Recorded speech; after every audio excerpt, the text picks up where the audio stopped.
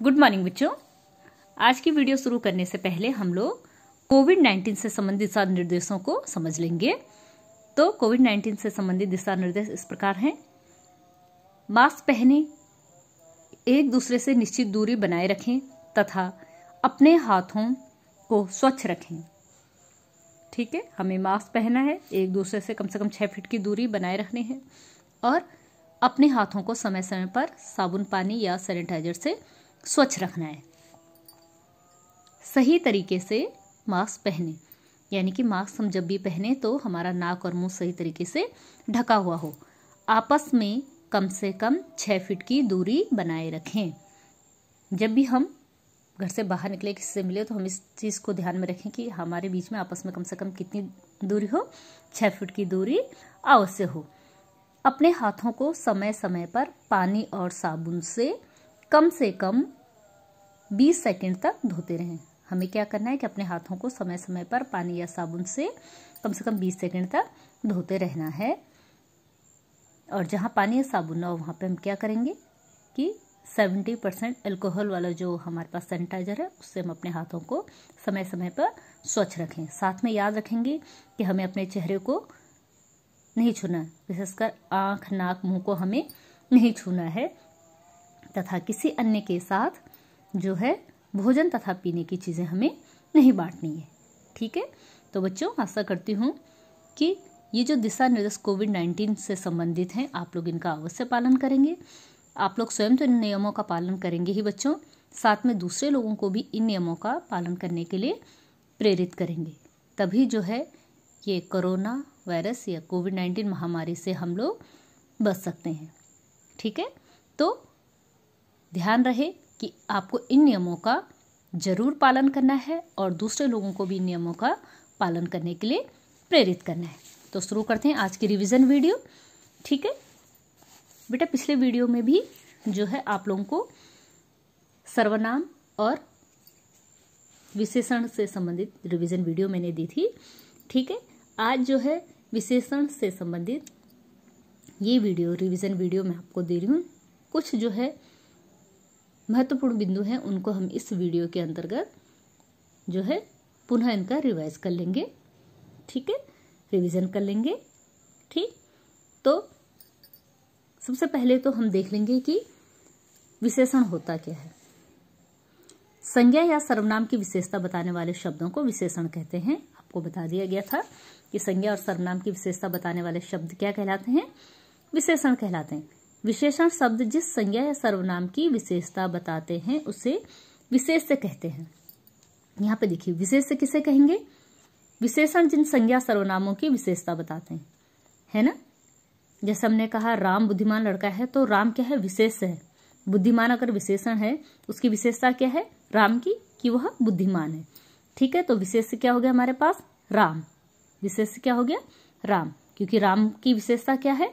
कि वह बुद्धिमान है। ठीक है, फिर देखिए विशेषण के 4 भेद होते हैं, गुणवाचक, संख्यावाचक, परिमाणवाचक, सार्वनामिक या संकेतवाचक। ये भी आप लोगों को बताया था। गुणवाचक में सारी चीजें आ जाती हैं, गुण, दोष, आकार, स्वाद, अवस्था।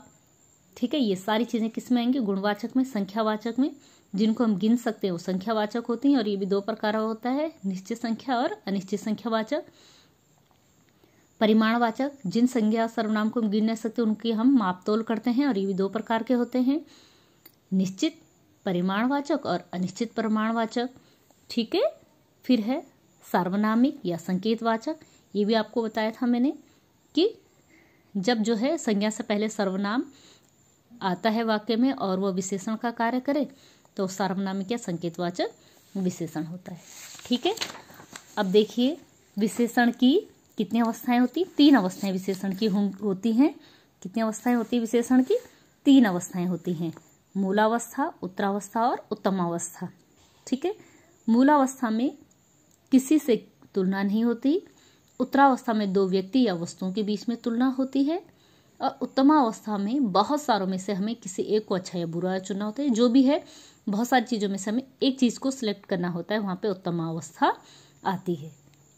ठीक है बच्चों, चलिए अब देखेंगे विशेषण की विशेषता बताने वाले शब्दों को प्रविशेषण कहते हैं। विशेषण की विशेषता बताने वाले शब्द, ठीक है, वे शब्द जो विशेषण की भी विशेषता बताए उनको क्या कहते हैं?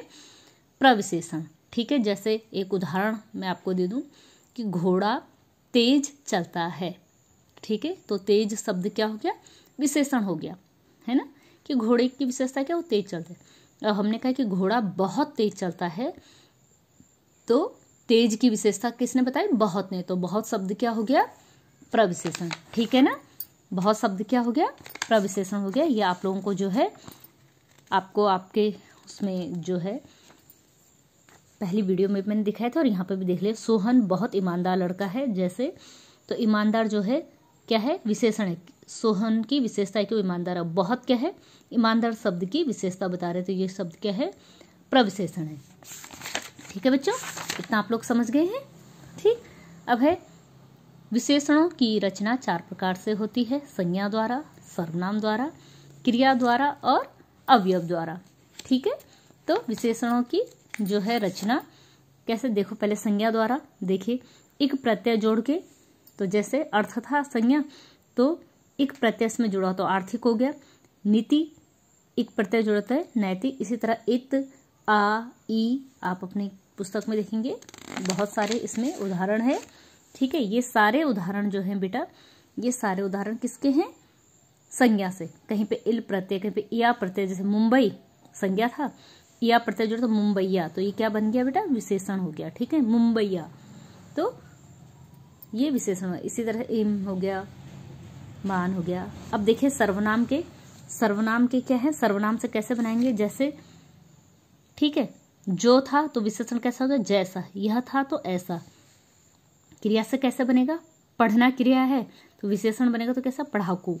सड़ना, सड़ियल। ठीक है, अवयव, यह अव्यकारी शब्दों से कैसे बनेगा? जैसे भीतर है तो भीतरी, ऊपर है ऊपरी। ठीक है ना। और विशेषणों के लिंग और वचन, तो क्या हुआ? विशेषण के लिंग और वचन के संबंध में निम्नलिखित बातों का हमेशा हमें ध्यान रखना चाहिए।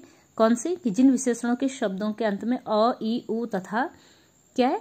बड़ा ऊ होता है, उसमें विशेष के लिंग और वचन के कारण कोई परिवर्तन नहीं होता। जैसे अ का अंत वाला सफेद कमीज, सफेद कमीजें, सफेद चित्र, सफेद फूल आदि।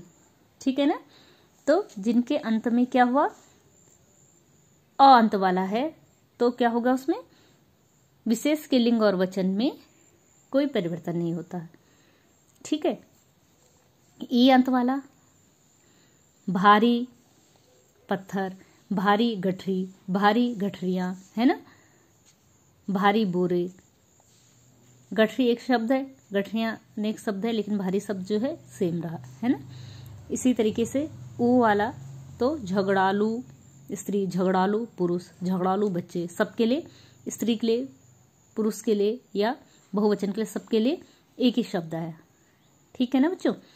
जिसके अंत में आ हो भूखा, जैसे भूखा तो क्या होगा?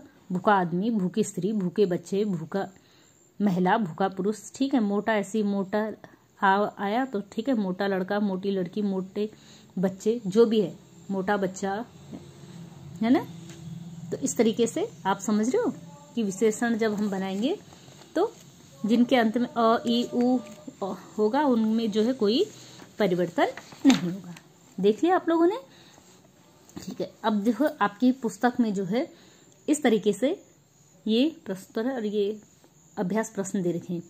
विशेषण विशेष्य का सही मिलान कीजिए। ठीक है। आपके पास जो है प्रश्न पत्र में भी इस तरीके के प्रश्न आ सकते हैं।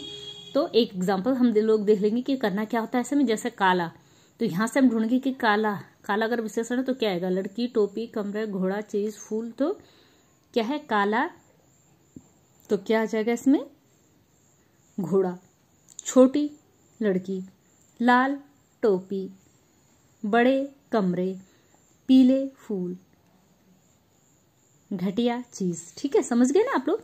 इस तरीके से जरूरी नहीं यही आपके पास प्रश्न है, लेकिन इस तरीके के प्रश्न आएंगे तो आपको सिर्फ बताया जा रहा है कि आप किस तरीके से इनको करेंगे। ऐसी जो है विशेषण बनाइए। विष, विष से क्या विशेषण बन जाएगा बेटा? विषैला। नगर से क्या हो जाएगा? नगर का नागरिक। ठीक है।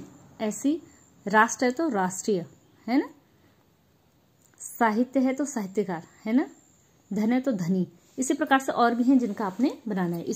अब ये वाली जरा देखेंगे हम लोग कि निम्नलिखित वाक्यों से विशेषण छांटे और उनके भेद लिखिए। ठीक है, जेब में कुछ ताश के पत्ते थे, तो इसमें से क्या है विशेषण शब्द? कुछ। और किस प्रकार का हो गया? ताश के पत्ते में गिन सकते हैं तो अनिश्चित संख्यावाचक हो गया। ठीक है ना, आप समझ रहे हो किस तरीके से आपको करने। नीचे लिखे वाक्यों में विशेषण को रेखांकित कीजिए तथा उनके अवस्थाओं के भेद पर जो है सही का निशान लगाए। दक्षिण भारत में उत्तर भारत से कम सर्दी पड़ती है। अब दक्षिण भारत उत्तर भारत के बीच में तुलना हुई तो कौन सा वाला हो गया? उत्तरावस्था पे हम लोग राइट का निशान लगा देंगे। ठीक, ऐसे ही दक्षिण भारत की संस्कृति प्राचीनतम। अब कोई तुलना नहीं होगी तो ये क्या हो जाएगा? मूल अवस्था। ठीक है, आपके पास पुस्तक होगी आपकी, तो इस तरीके से आप और भी एग्जांपल्स अगर आप देखेंगे तो आप लोग समझ जाएंगे कैसा होना। जैसे कपालेश्वर का मंदिर प्रसिद्ध मंदिर है, ये इसमें भी कोई जो है कपालेश्वर का मंदिर प्रसिद्ध शिव मंदिर है। ठीक है, प्रसिद्ध शिव मंदिर है। सभी शिव मंदिरों में ये सबसे ज्यादा प्रसिद्ध है, तो ये उत्तमावस्था हो जाएगा। ठीक, तमिलनाडु के पवित्र स्थानों में चिदम्बरम सर्वोपरि है, तो ये भी सर्वोपरि सबसे ऊपर है। ठीक है, इस मंदिर के प्रवेश द्वार पर सुंदर गुम्बद एक ही है, तो समझ गए। ठीक है, तो अब आप लोग समझ गए किस तरीके से आपको करने हैं। ठीक है, यहाँ एक और देख लेंगे कि इसमें क्या करना है हमें। इन वाक्यों में सर्वनाम और सार्वनामिक विशेषण को छांटकर हमें लिखना है। सर्वनाम और सार्वनामिक विशेषण को, जैसे वह लड़की सुंदर गाना गा रही है परंतु यह चुप बैठी है। अब हमने क्या कहा था, क्या शर्त रखी थी कि जहां पर जो है संज्ञा से पहले सर्वनाम हो, तो संज्ञा से पहले सर्वनाम, तो ये क्या हो जाएगा? सार्वनामिक। वह शब्द क्या हो जाएगा? सार्वनामिक हो जाएगा, और यह शब्द क्या हो जाएगा? सर्वनाम हो जाएगा। ठीक है, बाकी के इसी तरीके से जो उदाहरण हैं इनको भी आप लोग कर लेंगे बेटा। ठीक, तो अब आप समझ गए हैं कि किस प्रकार से आपको जो है विशेषण के अभ्यास प्रश्न करने। विशेषण क्या होता है, सर्वनाम भी आप लोग अच्छे से समझ चुके हैं। ठीक है बेटा।